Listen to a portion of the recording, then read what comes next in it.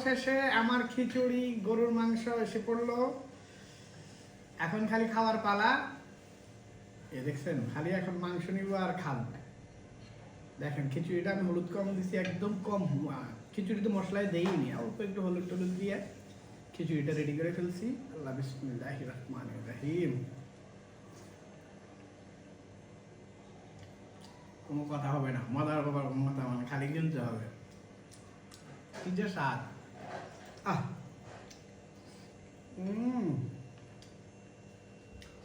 কোফতার ব্যাপারে কি বলবো? এই যে কোফতা, আমার বোনে খুব কষ্ট করে বোনটা কোফতা বানায় রাত্রে পাঠাইছে 11টার দিকে।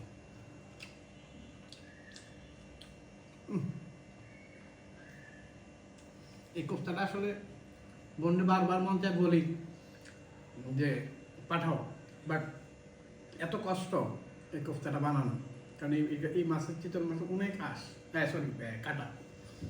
এই কাটা বের করো, বের করে এটা ছেঁচো, ছেঁচে আবার এটা স্কিনটাকে পুরাটারে ছেঁচার পরে মশলা মাছি মিশে, তারপরে আপনার এটাকে মিক্স করতে হয়। এই জন্য কষ্ট, বোনের কষ্টের জন্য বলি না, বোন নিজেই পারে।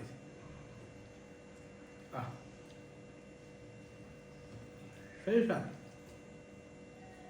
আর আমার মাংসের কথা তো বললামই না। তারপর হামাম ডাল, আমের আচার। আল্লাহর কাছে আমাকে যেমন ভালো খায়, আল্লাহ সবাইকে যাতে তেমন ভালো খায়, এই দয়া করি।